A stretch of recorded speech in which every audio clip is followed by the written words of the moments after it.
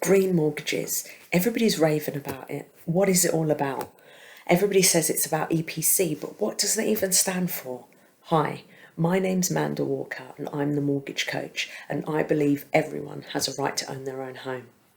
Now, at the moment, I'm looking at a lot of mortgages, as per usual, it's my daily job, and the ones that are rating the highest, that means the best deal, i.e. the lowest interest rate, the lowest product costs, booking costs, application fees, all of those good stuff. The lowest overall cost are the green mortgages. Now, why is that? Because everybody's trying to get green. But what is a green mortgage? Now, basically, what a green mortgage is it all depends on your EPC. Now, your EPC stands for your Energy Performance Certificate. And once you get one of those, and you have to get one by someone who is actually qualified to do the test, once you get one of those, they can last for 10 years. Now, what it means is it really does mean how energy efficient your home is. Now, this can range from an A, which, like when we did our exams, means really, really good, right up to a G, which, even though it stands for good, it isn't very good at all. Right, so basically, when you're looking at this, they will look at certain things, and when they're assessing the EPC, it is assessed on the level of energy used per metre squared, the level of carbon dioxide emissions given in a year, and for landlords we need EPC ratings of E or above. To be honest, that's really, really bad. E is very, very low, considering G is the lowest it could be. When you're looking at a green mortgage, some lenders, it has to be an A. Some lenders will allow an A or a B. I haven't actually seen any lenders accepting a C or D.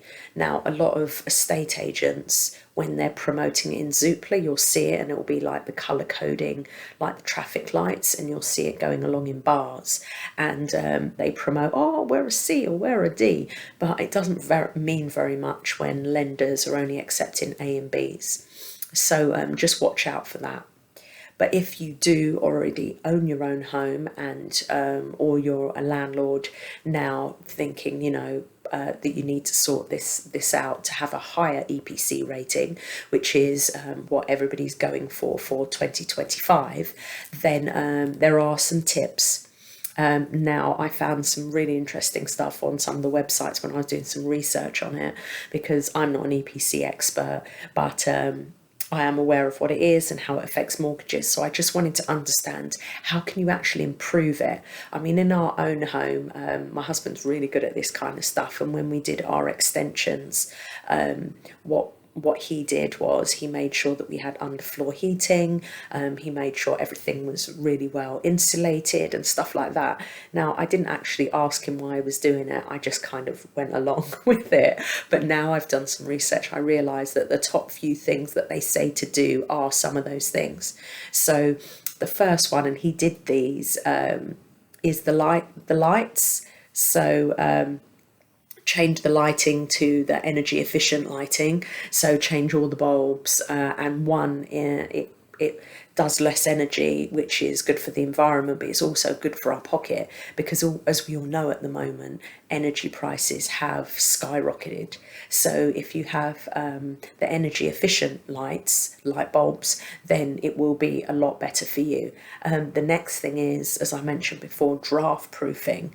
So make sure you insulate. So this can be taking up the floorboards and insulating in between the beams. This can mean doing the ceiling and insulating there. And the thing about insulation, it works both ways. I never quite got it, but the way it's explained to me is because it's insulating the property to be at the right temperature. If the property is too hot, it will cool it down, and if it's too cold, it will keep the heat in. So if you put your heaters on, if you've got insulation, it will keep the heat more.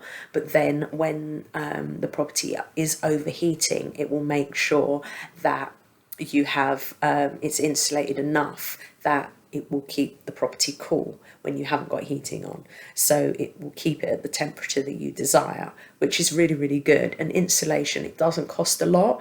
You just have to remember to put it in the right time. So as I said, when you're doing extensions, when you're going into the loft, when you're, doing work on the property where you would have access to the beams, put the insulation in then, and then you killed two birds with one stone, right?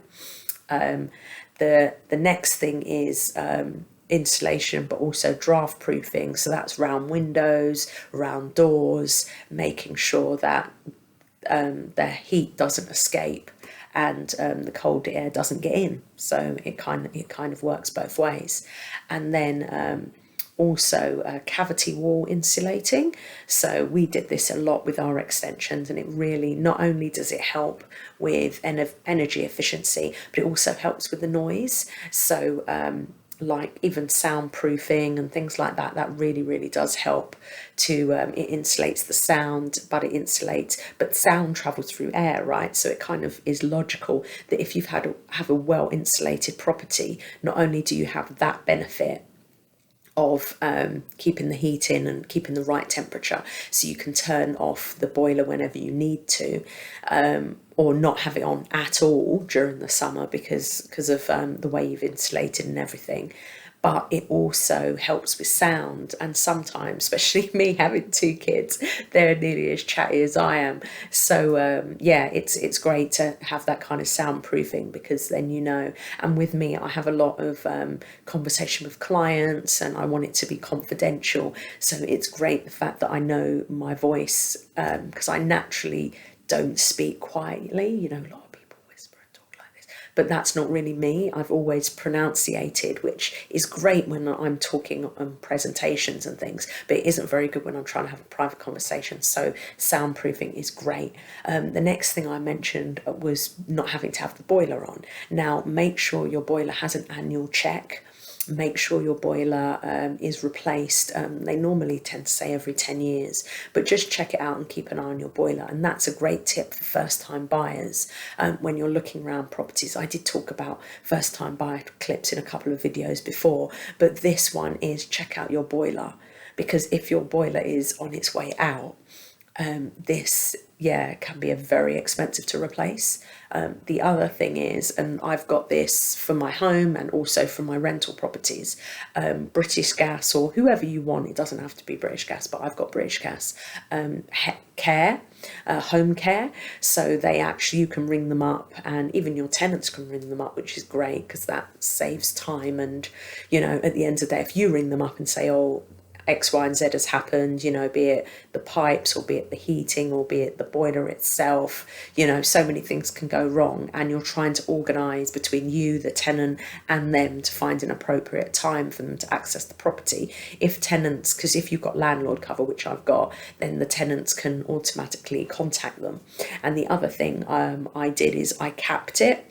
So because some tenants would get a bit carried away and be ringing all the time for for things that maybe not be necessary, and call out charges can mount up.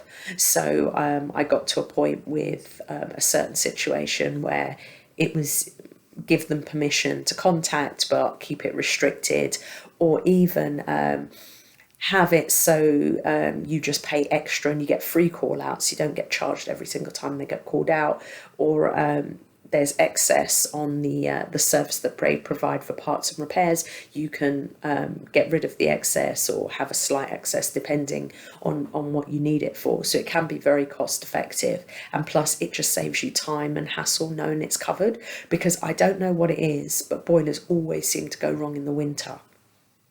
Maybe because you don't use it as much during the summer, but anyway, some other tips, as I said, we've got underfloor heating, we're well insulated. We've also been looking at getting solar panels, so that's a great one.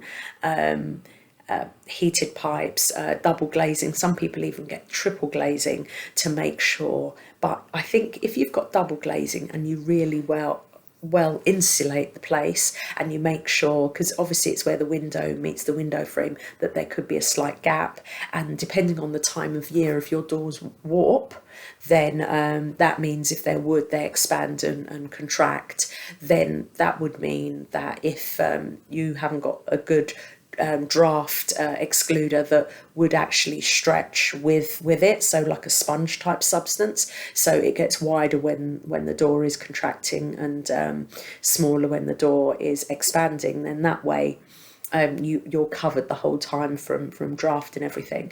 So those were my tips. At the end of the day, you do need a high EPC in order to get a green mortgage, but it's very beneficial. So that's me, Amanda at the Mortgage Mum. Thanks.